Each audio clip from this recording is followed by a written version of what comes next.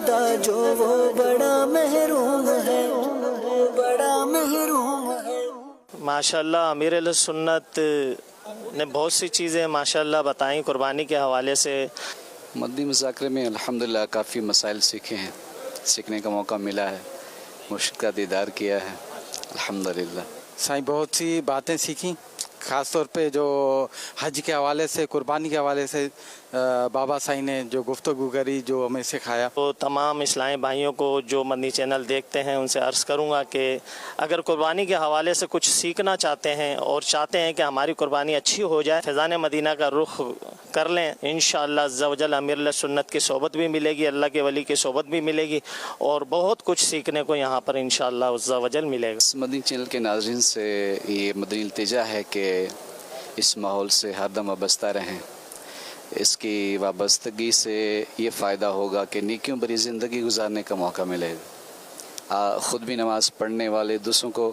نیکی کی دعوت دینے والے بن جائیں، خود بھی برائیوں سے بچیں گے، دوسروں کو بچانے والے بن جائیں گے۔ مدنی چینل کے ناظرین سے یہی ہے کہ مدنی مذاکرے میں ہر ہفتے کو لازمی شرکت کیا کریں، اس میں بہت کچھ ہمیں سیکھنے کو ملتا ہے۔ فلمیں، ڈرامے یہ سب دیکھنے سے گریز کریں، مدنی چینل پہ لائیو آ کر یہ دیکھا کریں تاکہ بہت کچھ سیکھنے کو ملے۔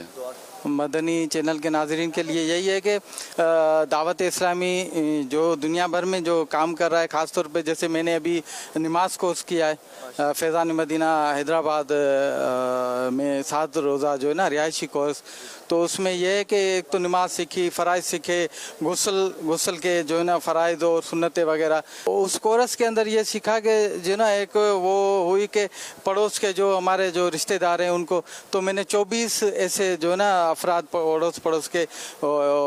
کوشش کر کے جو ہے نا ان کو لے کے گئے، تو 24 جو ہے نا ایسے دوست تھے جو کلوز دوست تھے، ان کو جو ہے نا ہم نے وہ 7 روزہ کورس بھی کروایا۔ امیر اہل سنت ہمارے لیے دعا کریں، ہم اور مزید بھی کام کریں یا جو ہے نا دنیا اور آخرت میں کامیابی حاصل کریں۔ اس مدنی مذاکرے میں آپ سب بھی شرکت کرا کریں، بہت کچھ سیکھنے کو ملتا ہے، ہمیں سنت کی صحبت میں بیٹھنے کا موقع ملتا ہے، ہم سب کو آنا چاہیے اس مدنی مذاکرے میں،